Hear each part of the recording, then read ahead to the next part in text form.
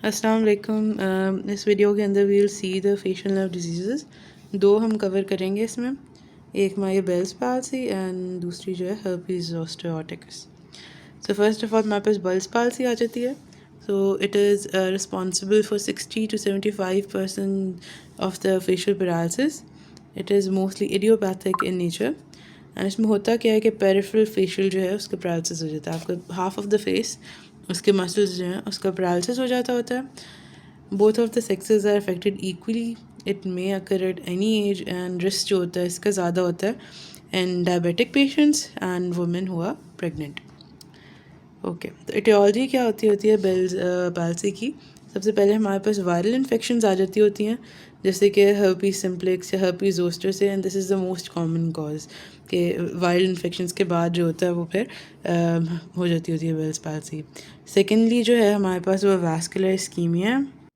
अब इस्कीमिया की वजह से क्या होएगा कि इसका कॉज जो है it could B by cold या इमोशनल स्ट्रेस, प्राइमरी अगर कहें, एंड सेकेंडरली जो है वो प्राइमरी के बाद कैपिलरी परमेबिलिटी बढ़ जाए तो एडीमा हो जाएगा, कंप्रेशन ऑफ आर्टरीज हो जाएगी। जैसे हमने पिछली वीडियो में देखा था कि जो ब्लड सप्लाई है वो 4 आर्टरीज से हो रही होती है, आइका से, interior inferior cerebral artery, लैब्रिन्थाइन artery और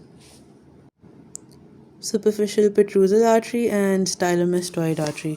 तो जब ये जो है कंप्रेस हो जाएगी, कोई भी माइक्रो सर्कुलेशन और नर्व को जो है ब्लड सप्लाई वो सही नहीं मिलेगी, तो उसकी वजह से स्कीमिया हो जाएगा, that can lead to palsy. Then hereditary cause आ जाता है हमारे पास के कैनाल जो है, फेशियल कैनाल जिसके अंदर से नर्व गुजर रही है वो हेरिडिटरी जो है वो नैरो है, जिसकी वजह से नर्व कंप्रेशन हो रही है, या फिर it could be due to autoimmune causes. Clinical features देख लेते हैं हम बेल्स पाल्सी के। सडन एंड ऑनसेट होती है, the patient is unable to close the eye, ठीक है, and because of that when he tries to close the eye it moves upward and out, so this is known as Bell's phenomena. And saliva जो है it dribbles from the edge of the from the angle of the mouth, ठीक है, जो क्योंकि वो drupe हुआ होता है कॉर्नर ऑफ माउथ जो उसकी ड्रूपिंग हुई हुई होती है, तो saliva dribbles from over here and eyes जो हैं वो कम्प्लीटली क्लोज नहीं हो पाती हैं, तो एपिफोरा होता है, दैट इज़ के टीयर्स जो हैं वो इधर से फॉल करते रहते हैं। एंड देन फेस जो होता है वो एसिमेट्रिकल होता है, जैसे इस डायग्राम में हमें नज़र आ रहा है, तो सिमेट्री जो है फेस की वो डिस्टर्ब हो जाती है। डायग्नोसिस कैसे करते होते हैं?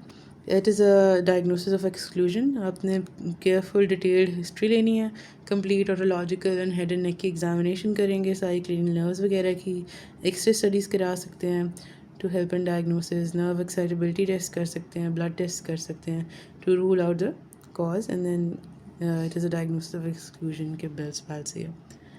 ट्रीटमेंट क्या होती है? एक तो सबसे पहले हमारे पास जर्नल आ जाती है, रीअश्योर करना है आपने पेशेंट को।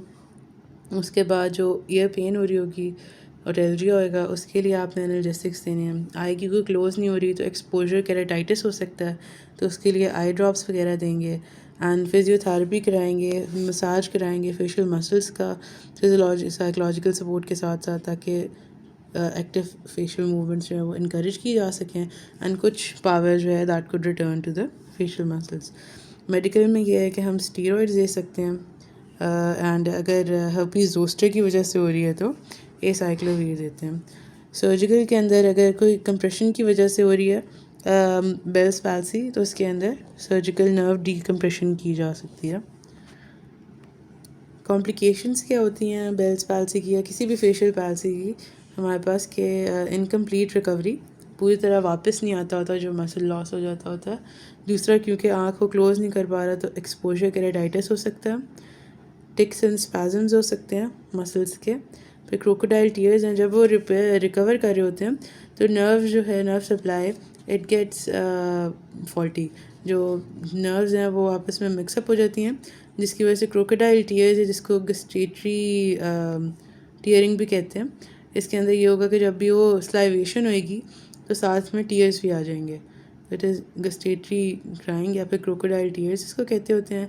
एंड फ्रेस सिंड्रोम जो है that is known as gustatory sweating, कि जब स्लाइवेशन होएगी तो साथ में जो एंगल ऑफ मैंडिबल होता है ओवर द पैराइटल रीजन वाला एरिया जो है, इसके ऊपर आपकी स्वेटिंग स्टार्ट हो जाती होती है। फिर लास्ट जो हमारे पास हर्पीज़ ज़ोस्टर ऑटिकस आ जाता होता है। तो ये हर्पीज़ ज़ोस्टर की वजह से होता है। It is along the nerve supply of the facial nerve. इसके अंदर पेशेंट प्रेजेंट करेगा आपके साथ आज फेशियल पैरालिसिस के साथ, और एक वेजिकुलर से रैश होएगा जैसे ये नज़र आ रहा है, जहाँ जहाँ पे नर्व सप्लाई करी है वहाँ पे। साथ में हेयरिंग इम्पेयरमेंट होएगी एंड एनेस्थीसिया ऑफ नर्व होएगा।